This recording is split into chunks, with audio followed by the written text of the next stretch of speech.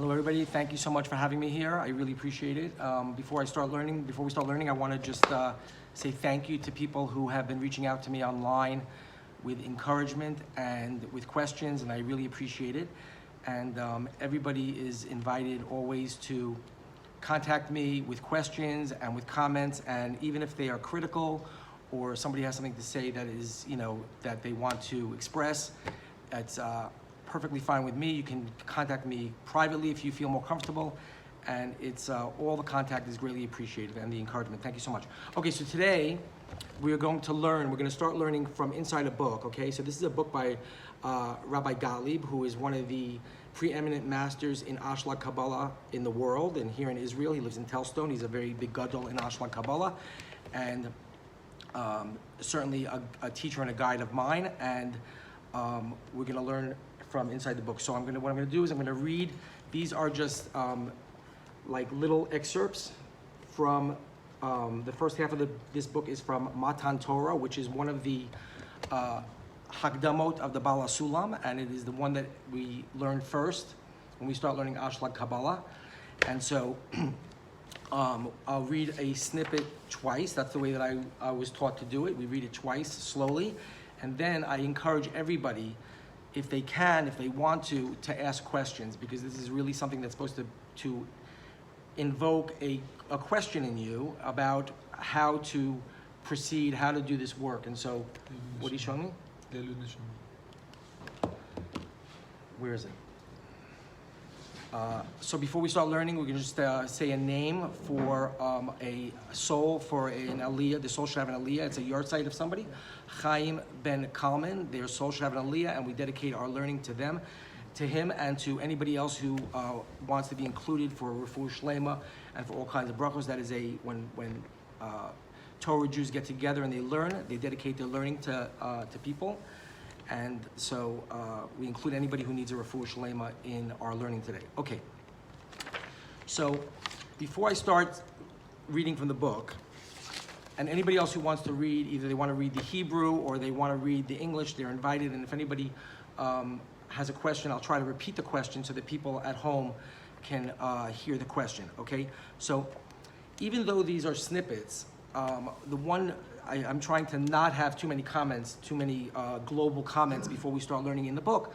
But one of the things that I want to say is that the Rav Ashlag has a very methodical method for overcoming the ego. This is something that's very, presented in a very academic way. So even though we're reading snippets, when a person studies for a long time, they start to see that there's a very methodical, linear way of approaching this work of transcending the ego. Okay, so here we go. So I'm going to start reading. Okay. Since most people are not yearning to connect with God, the goal of creating a just society is enough for them. If we are only concerned with a just society, however, we will never attain one. This is because a just society is not enough of a goal to motivate all of us to overcome our self-centeredness. We see this if, however, the goal is attaining union with the creator of the world, then there is a motivation to do even the hardest things. Okay, I'm going to read it a second time. As we do this, I'll get better at reading. I'm not the greatest at reading aloud, but here we go. Okay, one more time, okay? It's very important to hear the words and to listen to the rhythm of the words. In Kabbalah, the way that the master writes the words, they don't even take out the mistakes. If there's a mistake and like with some kind of punctuation or something, they leave it exactly the way the master wrote it, because we don't really understand the inner aspect of a lot of the things that we're hearing, okay? Since most people are not yearning to connect with God, the goal of creating a just society is not enough for them. If we only concern ourselves with a just society, however, we will never attain one. This is because a just society is not enough of a goal to motivate all of us to overcome our self-centeredness. We see this if, however, the goal is attaining union with the creator of the world, then there is motivation to do even the hardest things. Now this sounds somewhat simple. It sounds like, okay, I can understand what's being said here. But last week, one of the students here asked a question about, how am I supposed to exert myself with, to do these things for other people where do I find the energy to do this? And it's a very, very important question. So what we don't realize is that when a person exits their ego and they start to feel the light of Hashem, they start to feel communication, connection, dveikus with Hashem, this pleasure is so great that becomes the motivation for doing all of this work. And so when we're in Galus, we're doing work, but we're not getting the reward. It says in Chabad Hasidus that the only mitzvah that we get the reward in this world for is tzedakah. So if you give charity in this world, the rewards for doing that are supposed to be received in this world. But all the other mitzvot, it's in the world to come, meaning in the future when Mashiach comes, we're going to understand we're going to get the reward for what we did.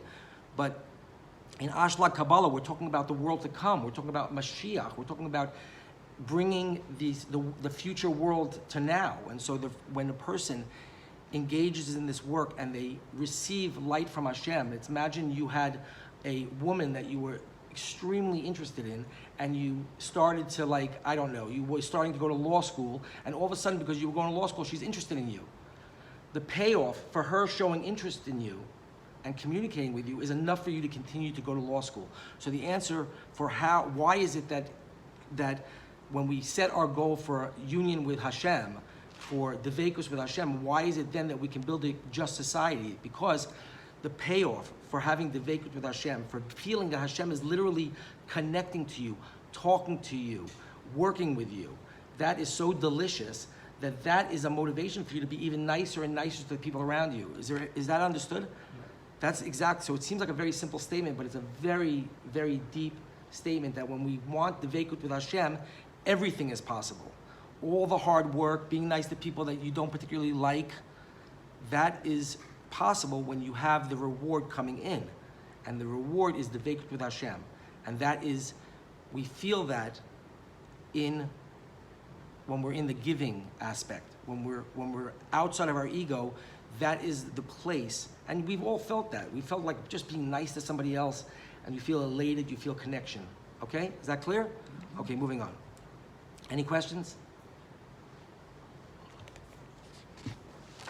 Okay, next one. When God becomes revealed, we experience pleasure beyond measure. This perfect spiritual pleasure is what we were created to experience.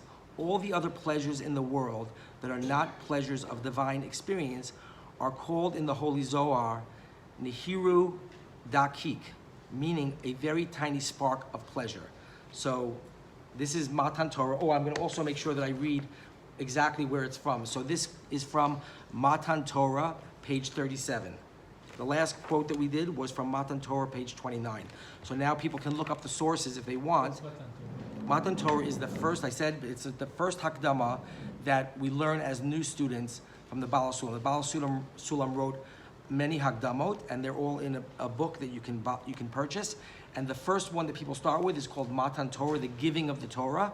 And this is Rav Ashlag, the beginning of explaining his way of explaining what Torah and mitzvos are.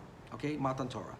So I just made the point in the book. Did I read it once or twice? Was that once?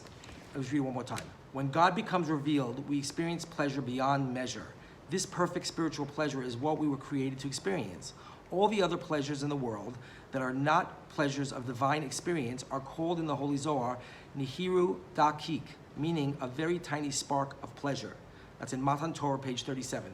So I just said it, and I'll say it just again very shortly, that when we enter into spirituality, when we exit our ego, even incrementally, even if we do a tiny little bit, then the pleasure that we get out of that is stronger than all the pleasures that we can get in this world. And that is where, once we start to do that, that is where the motivation and the energy comes from doing all the other mitzvot, from being nice to people, and from getting up early in the morning. All those things are done because you're getting paid.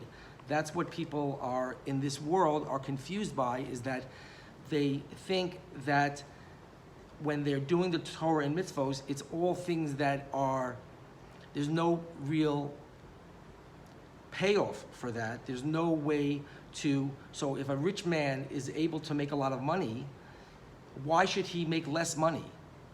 There's no reason for him to do that. Why should, he says to you, I work very hard for my money, why should I take less? And the answer is that if he balances his physicality and he enters into spirituality, he will take his payoff in the devekut with Hashem. And that's worth so much more on every level that a person will be willing to say, you know what, I want to have in society, I'm going to have a car that's more similar to everybody else because I don't want to show off, I don't want to make people feel bad. So I can afford to have a Ferrari, but I'm going to have a Mercedes. Why am I doing that? I'm doing that because I want to have more peace in the community. I don't want to be a show-off. And so why would the person do that? So if a person is entering into spirituality and he's doing that act because he wants to be closer to Hashem, the act of the light that he draws down is so delicious in all the ways that we think something is delicious. It's delicious like that, and that is worth more to this person than all the things that he can do in physicality. Okay, let's move on. Next one. This is from Matan Torah, page 43. The concept of spirituality requires effort. The concept of spirituality requiring effort is not what it seems on the surface. To receive reward in equal measure to the effort. This is not plausible, as the effort is temporary and the reward is eternal. The concept of spirituality requiring effort is that the Creator wants us to acquire the nature of desiring to give. Let me read that again. The concept of spirituality requiring effort is not what it seems on the surface. To receive reward in equal measure for the effort, meaning you do a mitzvah and now you want to get paid exactly the amount that you did. I got up at 6 o'clock in the morning, now I want $30. If I would have gotten up later, I want only $20, right? So you want to measure how much you're working and how much you get. That's not it's not possible. The Baal HaSulam comes and says, this is not plausible, as the effort is temporary and the reward is eternal. In other words, how can you work for eternal goodness if you're doing something in the finite world? It doesn't make any sense. You can't measure. If I do something for one day and I get eternal pleasure for that, how is that equitable? It's not. So stop thinking that you're going to get paid for your mitzvah in measurements, and like you're going to get I'm $10, $20, $30. That's not how it is. The concept of spirituality requiring effort is that the Creator wants us to acquire the nature of desiring to give. Now this is why people, hold a second. This is why people don't like to learn Kabbalah. One of the reasons why people don't like to learn Kabbalah, because right now the Baal HaSulam is saying, if you're working all day long because you're adding up money that you're going to make, you're going to get all of these rewards in heaven. If that's what you're doing, that's not really accurate. That's not what's happening. What's happening is that Hashem wants you to do all the mitzvos so that you can become a giver, to be like Him and to be close to Him. Now, if a person thinks, I'm going to be giving all day, that's not really what I want. And so it's very hard for a person to appreciate that that's what the Torah and mitzvos are for, to turn you into a giver. But it's not bad news, it's good news, because when you become a giver, you actually can receive the pleasure in a much higher way, in a much healthier way, in a much more complete way. If you're in a relationship and you're giving presents to your significant other and they're giving you presents all day, you're getting presents, but you're focused on the other, you're focusing on the giving, but you're still getting it. So we get very scared when somebody says, wait a minute, I have to give, I can't get. But when the more we move into the future, the more we see that when you're just a taker, it ends in a very bad place. For all of us, we see it just can't make it work. You can't buy cars all day long, it's not going to make you a happy person. But if you are giving to somebody else and they are reciprocating and you have a relationship with them, that is the true source of happiness. And that is what Torah and mitzvos are for. Okay, moving on. Giving, you become close to God. And that's the highest form of reward. Correct. So somebody just asked in the classroom here, somebody just asked that if you become say it again, please. When you become a giver, you become like God, and therefore you become close to God. And that has to be the greatest pleasure, to get close to God. That's exactly right. That the greatest pleasure in life is to become like Hashem. And Hashem is a giver. So that when we become a giver, we experience God. And when we experience God, everything else makes sense. God created all these beautiful things for us, and we don't have to be nervous about receiving them. The truth of the matter is that we have it upside down. We can't receive it because we're in reception. But when we become givers, we become connected to Hashem, And the world was created because God had a desire. So what we're trying to work on in Kabbalah, in Pnimis Torah, is our desires, not our actions. Our actions are very important, and we should have really focused and clear and careful practices in doing the Torah in the external aspect, but we should try to learn to connect it to our inner aspect. And the way to cultivate desire is by surrounding yourself with other people who you respect, who have those desires. So we know that in society, that if you surround yourself with good friends, you become like them. So if everybody around you is interested in learning, you'll be more interested in learning. If everybody's interested in smoking cigarettes, you're going to acquire a desire for those things. Okay, very good. That's why community is so important in all of Torah Judaism, and it's articulated very clearly in Ashlag Kabbalah. Okay, moving on. We are often unable to clarify for ourselves if we are giving or receiving. Great divine help is needed to see our true motivations clearly. Again, this is Matan Torah, page 47. We are often unable to clarify for ourselves if we are giving or receiving. Great divine help is needed to see our true motivations clearly.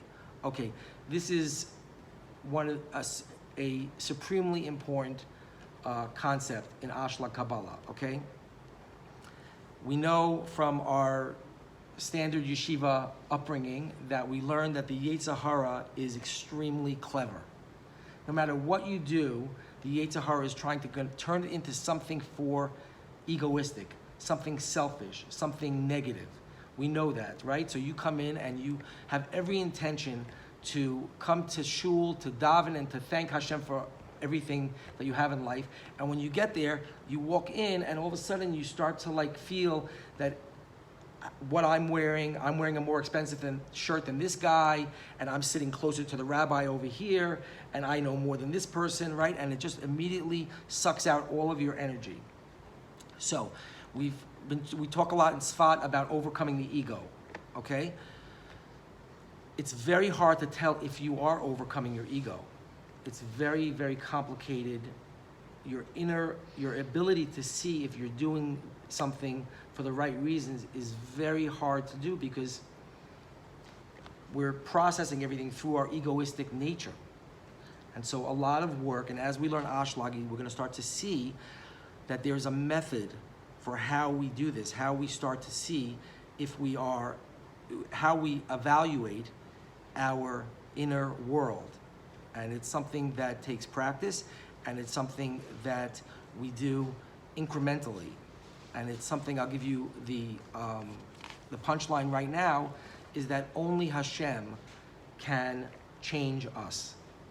And that a person spends a lot of time trying to change themselves. And they feel either empowered or they just feel isolated from Hashem. But it's in Ashlag Kabbalah, it's called raising man. It's when you truly desire to know what it's like to step outside of your ego, and you're in a group, and collectively the group truly wants this, and we are trying to do it, and we see how futile it is to do that. That is called raising man. And when Hashem sees that, that is when Hashem changes you. So you say, somebody came to Lubavitch Rebbe and said to Lubavitch Rebbe, I've been studying with you and learning with you for how many years, and I still feel like I'm an animal. I still feel like I'm a selfish, wild person. When am I going to change? And Lubavitch Rebbe said to this person, you'll change when you feel that you must change. And so when we enter into that state, when we truly feel that we have no other choice but to change, that is when, and we do everything that we're supposed to do, that is when the change is, we are rewarded with the change. And the change comes from Hashem. And when we start to do the practices in Ashlag Kabbalah, a person will start to get the instincts to be able to evaluate and see if they feel that that's happening. And when it happens the first time, second time, third time, fourth time, you start to feel it, it becomes an exhilarating feeling. You can't believe, it's like making contact with aliens. You cannot believe that something that was outside of you has acted on you, and now you're a different person. It's truly miraculous. Okay, let's move on. Selfishness is a mechanism that destroys itself. Selfishness is a mechanism that destroys itself. Matan Torah, page 49. Okay, I think that's self-explanatory. We know that the more a person becomes selfish, the more they are entering into a very destructive, behaviors, and we all know where it ends. I think in the old days, it was harder to see that, but today people have access to every kind of, gambling, shopping, drugs, and they can see, you see when you head down a certain path, it's its own end. You don't need any help getting there. Okay. That's the exact opposite. If you see, everything is very deep, and the more you contemplate, you see that's the exact opposite comment to what we just heard. The other one is that when you want to change, you need Hashem to change. But when you're being selfish, you can do it all by yourself. Okay. Next one. In our broken state, we think that we can derive intense enjoyment from the physical pleasures of the world, and that the spiritual path of Torah and mitzvos and giving to others brings suffering. This is why people run after receiving and run away from giving. The truth is the exact opposite. Okay, that's Matan Torah, page 50, and we said that already. So I'm going to just read it one more time, and we can. I think we can move on because we've covered it and it's self-explanatory. In our broken state, we think that we can derive intense enjoyment from the physical pleasures of the world, and that the spiritual path of Torah and mitzvos and giving to others brings suffering. This is why people run after receiving and run away from giving. The truth is the exact opposite. So basically what we have to do is we have to convince ourselves that everything would be better if we were giving to other people and focusing on Torah and mitzvos, everything would be better. How much of our day do we really feel that way? I mean, you schlep yourself to shul, you force yourself to learn, you do all the things, and you're like, please, hopefully there's a reward for all this stuff. Why am I doing this stuff? And so the truth is that inside the Torah is literally, when you study the Torah properly, you will start to get the actual reward, and that's what we can refer to as waiting for Mashiach. When a person is waiting around and miserable in their Torah and mitzvos, and they're schlepping themselves everywhere to do these things, and they're waiting for some far-off miracle or some magical person to come to show them, and they don't realize that the actual things that they're doing are each mitzvah. I heard somebody describe, another Ashlag person describe each mitzvah as a different flavor of the same thing. These are flavors of giving, and the more that we can, once we, a person has an aha moment. The Baal HaSulam says that once your eyes are opened, they never closed again. So when a person finally sees that within the Torah and mitzvos that they're doing is the actual reward, it says the reward for a mitzvah is the mitzvah. Once it snaps and a person says, oh my goodness, by doing this thing with the right intention and marrying it to my inner intention of trying to become a giver, each one of these things is a different way of connecting to Hashem, and a different way of stepping outside my ego, and another way to make my life have pleasure. When a person truly realizes that, then the entire Torah changes for them, and they start to see it in a very different way. So the Baal HaSulam says when that happens to a person, they don't ever go back when they see that. Okay? Next one. That was Matan Torah, page 50. Anybody wants to look it up? Okay. Next little excerpt. Working spiritually to attain the desire to give is not the heart of the matter. The main work is to strive to acquire a new nature of having love for others. Afterward, the desire to give becomes natural. Let me read it again. Working spiritually to attain the desire to give is not the heart of the matter. The main work is to strive to acquire a new nature of having love for others. Afterward, the desire to give comes naturally. So what we're saying here is it's a fine point. But what we're saying here is that Hashem created the world with a desire, and we are trying to change our desire. Once you change your desire, you're going to naturally do these things. You're not going to be forcing yourself. And so it's like, I don't have to force myself to go get ice cream. I desire ice cream and I go and I get it. So it's a very easy thing for me to do. So if we can somehow work within a group and influence each other to actually be, and we see this, you see somebody who loves to surf and you want to be like them, and you want the passion for surfing that they have. And once you have the passion, everything else, the studying, the practicing, the getting up early, all flows out of that. So it's true, we have to walk around and we have to do the mitzvahs, we have to give to people and try to do these things, and it's laborious, it's true, but let's keep in mind at least that what we're really, really trying to do is trying to change our desire and have a higher desire. And the way we do that is by talking to our ego. When we explain to our ego that it's going to be great for your ego also, it says in the Gemara, make friends with your Yetzer Hara. What does that mean? Make friends with your Yetzer Hara. It means you say, it's not only going to be good for me, but you are going to actually get to eat cake. I am going to want the cake because I want to connect to Hashem and I want to connect to everybody else. But you are going to get to eat cake. And not only are you going to get to eat cake, but it's not going to make you fat and it's not going to make you sick. And this is the way you speak to your ego, because we have in Torah Judaism, the ego is an integral part of our life. It's never going away. The horse, the rider is on the horse. The ego, the physicality is all something that we want to bring into our spirituality, bring into our Torah and mitzvahs, bring into our relationship with Hashem, not to destroy it. I think it's in here, but I'll jump ahead to another blurb that I read that I never heard before, or I didn't remember learning it, that in Ashlag Kabbalah it says that if you destroy a desire of yours, right? Let's say you say, I have to, like, when I eat, I just can't think about anybody else and I can't think about Hashem, so I'm not going to eat anymore. Let's say you get to the point where you no longer have a desire to eat. In order to serve Hashem properly, you have to bring back that desire. You have to re-energize that desire. So we don't destroy our desires in Torah Judaism, we harness them. There's a famous story, a Hasidic story. Everything that's said in Kabbalah, they say again in Hasidus, but in a more accessible way. So this beautiful mashal is that there's two Rebbes in Europe sitting down, and one Rebbe says, when I purify my students, it's like a big cholent, a soup, right? And when when you cook something, the impurities come to the top. So he says, we're likened to a cooking pot of cholent. Our bodies are like we're like a hot and fiery people, and we want things. So it's likened to a pot, and so a cooking pot. So this one Rebbe says to the other Rebbe, when my Hasidim, when my disciples, when the impurities rise to the top, I take them out with a spoon. And the other Rebbe was horrified. He said, a spoon?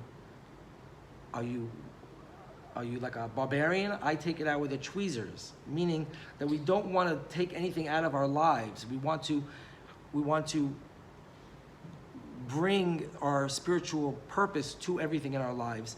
And that is a very different way of thinking about things than in Galut, where we were just told to stay away from things. But now that we're entering into Mashiach consciousness and we really have everything already, now the only thing to do is to really start to work on how we experience things and what our motivations are and what our desires are. Okay. Next one. Every branch wants to be similar to its root. Therefore, we are not able to rest until we have attained the state of giving. Matan Torah, page 52. I'll read it again. Every branch wants to be similar to its root. Therefore, we are not able to rest until we have attained the state of giving. Okay, so to understand this concept, that's Matan Torah, page 52. In order to understand this concept, we need a lot of Kabbalah. So people here who have been studying Chassidut and Torah probably understand what we mean when we say root and branches, but we started in a certain place and we cascaded down into this physical world in order to achieve certain goals. And so even though we are now in this place and we feel independent of our higher source, the truth of the matter is that we have a tremendous desire to reconnect with our source. And our source is in giving. So even though everything is, it's like in filmmaking, in screenwriting, they say decide who's going to win and then spend the rest of the movie making everybody think that the other guy's going to win. And that's how you build drama into a narrative, right? So it says it's a truism in Kabbalah that Hashem is going to get His way, and He already got His way. In other words, the end is certain. It's not only is it certain, but it happened above time and space, so it already exists. Our future state is already a determined factor. God is not worried that he's not going to make it. We're not going to make it to the finish line. It's already a certainty. The only thing we have to worry about is how we get there and try to make it as beautiful as possible. And so, when we are down here, it seems very much like we don't want to be givers. But the truth of the matter is that we very much want to return to Hashem and to be just like him, and we will achieve that state. Okay, next. Everybody following? It's good? Okay.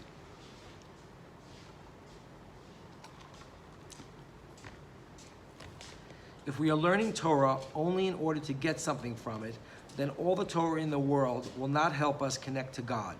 Connecting with God happens when, through learning Torah and the spiritual practices of mitzvot, we learn to transform from wanting to receive to wanting to give. Matan Torah 52. I think that's self-explanatory. I'll read it one more time, but we've been saying, this is exactly what we've been saying. If we are learning Torah only in order to get something from it, then all the Torah in the world will not help us connect to God.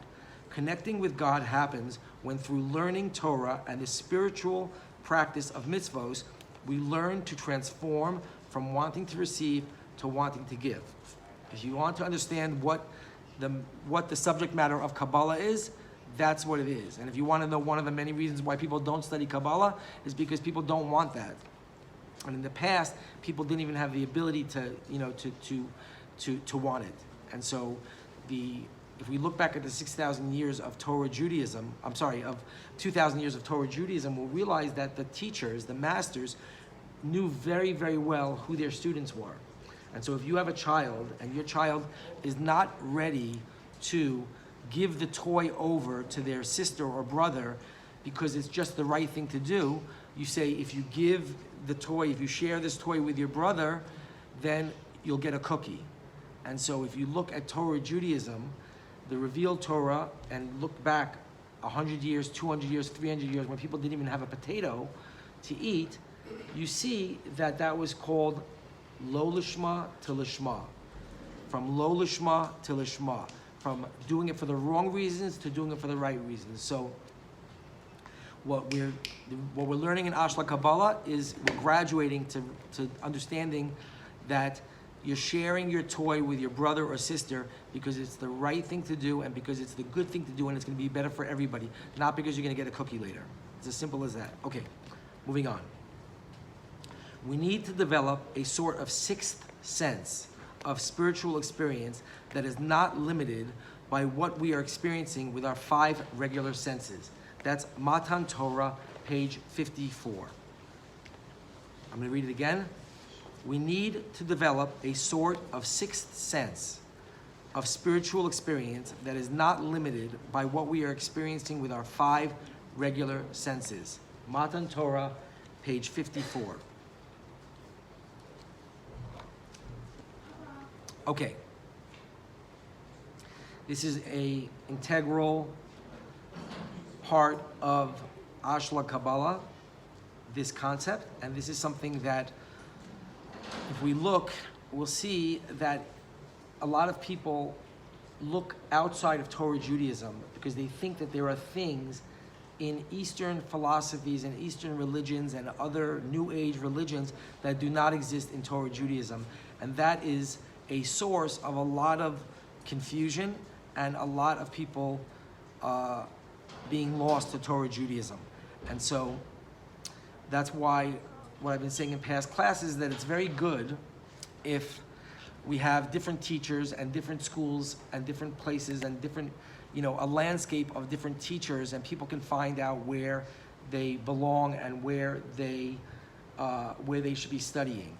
And if Rav Ashlag says, and we'll see it inside the book, that if a person is doing well in their derech, and 70%, I'm throwing out a number, I'm making it up myself, 70% of Torah Jews are doing very, very well. They are learning Torah and they understand these things from learning Gemara and from learning maybe Chassidut, and they are getting the point. But if somebody says, I'm getting up and I'm going to India because I want to open my third eye, and they think that it does not exist in Torah Judaism, then those people need to start learning something deeper, and they need to be in a more mature class. And they need to be in a class that is more on the nose, where people are telling them exactly what they need to hear. It's called strong medicine. So here, the Rav Ashlag is saying that there is a sixth sense that is outside of our perception. And the way to cultivate this is not by not drinking fluoride or by meditating for 100 hours. Those are all shortcuts that take you to a different place. What Rav Ashlag is saying is that the ability to sense other people, to care about other people, to sense there's a divine energy that is somehow missing from our lives, and the way that we open up that avenue of communication is by entering into altruism, by transcending our ego. And this is done incrementally, and we're all, to one degree or another, we're already in that place. We all have compassion for people, and we have an ability to be nice to other people, and when we do that, we feel more connected to other people.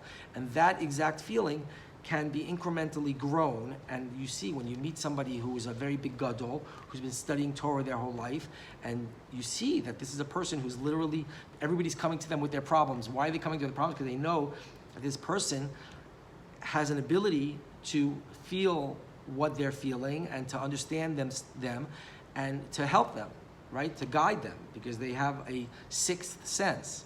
That sixth sense is the place in which where we perceive God. Now our ego tells us, no, you feel God, you're a holy person, you're getting it, and you feel bigger and bigger and bigger. You feel like a very holy person, and you feel like and we confuse ourselves. And this is in Gemara Brachos, where it says that the last stage that a tzaddik goes through is that they feel an overwhelming sense that they're a tzaddik. They feel just completely assured that they are an amazing person, that they are really, really special.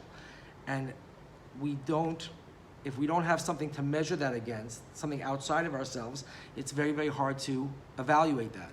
So this is what Ashlag, this is what we're learning, slowly but surely, incrementally, how we cultivate the sixth sense and how we can then evaluate ourselves and slowly but surely step outside of our ego, even as we remain in our ego, even as we remain in our physical bodies, and we like cake, we like ice cream, we like these things, but on top of that we have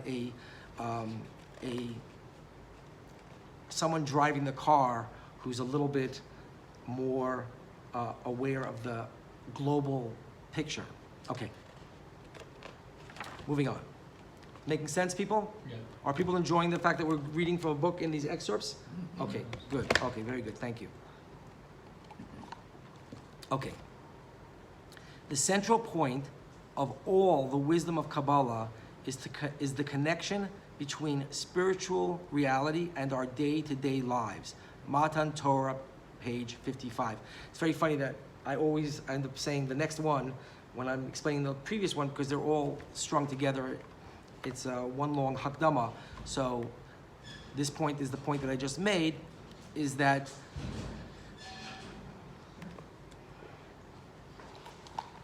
everything that we're doing has a spiritual counterpart, and the fact that we're not able to literally, they say about the Ari HaKodesh, that he would be able to tell you which mitzvah you're not doing properly, which observance you're not doing properly, based on meeting you. And he would see what you're doing what your personality was like, and he would see the corresponding mitzvah that cultivates that ability, that characteristic in your personality. And so imagine if we were able to, as observant Jews who are doing Torah mitzvahs, imagine we were able to be washing our hands, or buying an etrog, shaking a lulav an etrog, or sitting in a sukkah. Imagine we were able to immediately understand what the corresponding personality, characteristic, intention, desire that we have inside of ourselves, and be able to know that mitzvah corresponds to that outer practice corresponds to some very specific intention, desire, characteristic inside of you. That's what's coming. As we learn, and organ. Thank you so much, doctor. Yes, very much. And there's Kabbalistic books that tell you, if a person's having this kind of problem, physical problem, health problem, it corresponds to this mitzvah. I will tell you a very personal thing that I went to yeshiva and I grew up in a very rabbinical family. My father was a rabbi, an amazing person. My grandfather was a rabbi, and I was very much disconnected. I went to a mukubal when I was 13 or 14 years old, and he said, "This is the problem." And I said, "Wow, how does he know I had a problem, a physical problem?"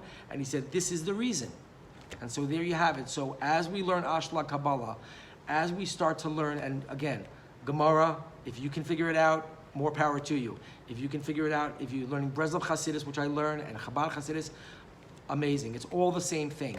But if a person needs a little bit more, like tell me straight what's going on here. Perhaps in Kabbalah we can start to learn that stuff, and that's what's coming for all of us. That you're going to be buying a lulav, an etrog, and you're going to say, I want this esrog to have more bumps on it because I want to have better. I want to have more energy. I'm making this up. I don't know the connection, but I'm saying that is the Torah that is coming with Mashiach coming, and we're in Sfat, and it's happening to us right now, and so we're waking up to this. And let me just keep going in the book before I get into trouble. Okay. It takes a lot of effort to reach the state in which the suffering in our lives comes from feeling imprisoned by our selfishness and feeling unable to truly love others. We need divine assistance to reach this state, as it is beyond our nature. That is Matan Torah, page 59. I'll read it a second time. It takes a lot of effort to reach the state in which the suffering in our lives comes from feeling imprisoned by our selfishness and feeling unable to truly love others. We need divine assistance to reach this state, as it is beyond our nature. Okay? Now this seems somewhat simple. You could put this on a poster and put a cat on it and put it on the wall in the waiting room, and everybody would think it was very cute. But this is a very, very deep thing that's being said here. We have 3 or 4 things that are being said here that are integral to the methodology, to the scientific methodology that Rav Ashlag is laying out for us. That is in the Torah. It is the Torah, and he is explaining it. And so what he's saying to us is that first thing that has to happen is saying, I tried to give to this person. I have a person comes to my merpeset. I try to keep my merpeset open for everybody who wants to sit and come and look at the view. I have a beautiful merpeset. I feel a lot of gratitude. And sometimes somebody comes and I just feel upset that they're there the whole time that they're there. I don't like them for whatever reason. I don't like the way their ears look. I don't like the way they speak, whatever it is. So the first thing that we do is we try to be good to people. And the second step is that we see that we cannot selflessly do it. That we have yes, sometimes you can do it. If you like somebody, you can be very nice to them. But if you don't like somebody, or you don't have an ulterior motive, or it's actually hard for you, it's actually your merpeset, and you could be sitting there by yourself, or you can invite somebody over that you like. Instead, there's a person there that you don't like, and you're giving to them, and you're like, it's driving me nuts. Why am I doing this? So that is a mechanical step in the work. This is a step that is avoided in yeshiva. We avoid this step. So if somebody is in high school and we say to them, stop drinking, control yourself. Stop drinking, you're a man, stop drinking. And then what happens is the person drinks and drinks and drinks. They don't stop, and they have no ability to stop. You tell them, you can't stop. You need help from outside to stop. So that's a state, a madrega of spirituality. When you realize, it's called recognition of evil. And it's not a bad thing, it's a very good thing. When you say, Hashem, you made me, and I am very this, and I'm very that, and I can keep kosher, and I can keep Shabbos, but when it comes to Lashon Hara, I cannot do it. That is a place where you reach out of yourself, and you say, it's killing me, it's destroying me, and that's called raising man, okay? So I'm gonna read this again the third time, and now we can see the complexity of what is being said here. It takes a lot of effort to reach the state in which the suffering in our lives comes from feeling imprisoned by our selfishness and feeling unable to truly love others. We need divine assistance to reach this state, and it is beyond our nature. Okay, moving on. Anybody, any questions about that? Okay, one more? Okay. Last one. That was Matan Torah, page 59. This is also Matan Torah, page 59. We need to understand the problem is not other people. The problem is within ourselves. Again, sounds very simple, very beautiful. You know, hey, it's not you, it's me. I'm the one who has to fix myself, right? All these things that we say. But we have to understand the deep, if you want to listen to a quantum physicist, you can start to understand the complexity of what is being said here. There is no exterior. There is everything, all of our desires that are not fixed present themselves as exterior to ourselves, and everything that we fixed already is interior to ourselves. So that is, it's a complicated way of, because you could say the opposite also, but let's just say in the Kitzur, it says in the Gemara that the whole entire world was created for you. So we have many, many worlds here. In Chassidut, we talk about everybody is a small world.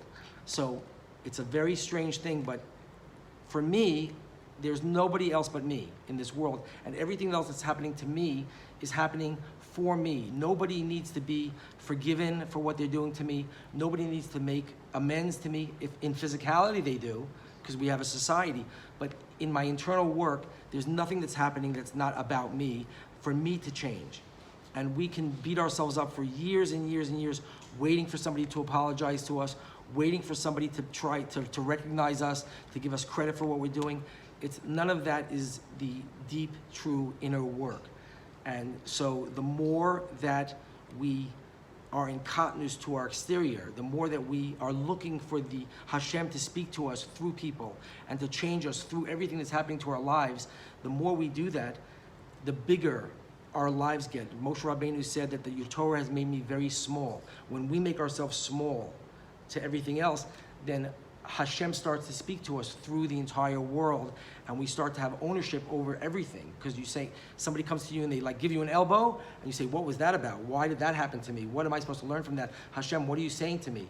So the entire world becomes a conversation between you and Hashem, and it becomes hyper concretized in a non-physical way, meaning you will become sure of this thing. When this thing starts to happen to you, you will need nobody else to convince you that it's true. And you see people who are crazy, and that's scary because you see people who are not handling spirituality effectively. They seem a little bit unbalanced. But that is why, precisely why we have Torah and mitzvos in the exterior. We have time to get up and the time to put on tefillin and the time to eat, and we're going through all of these. So if you know any athlete, they have all of the structure in order to gain flow. So our exterior world, the Torah mitzvahs that we do on the outside structures this work that we can do on the inside. Okay. Thank you very much, everybody. I really appreciate it. Thank you. Okay, thank you. Could you just check the volume's okay? How do I change? How do I? Just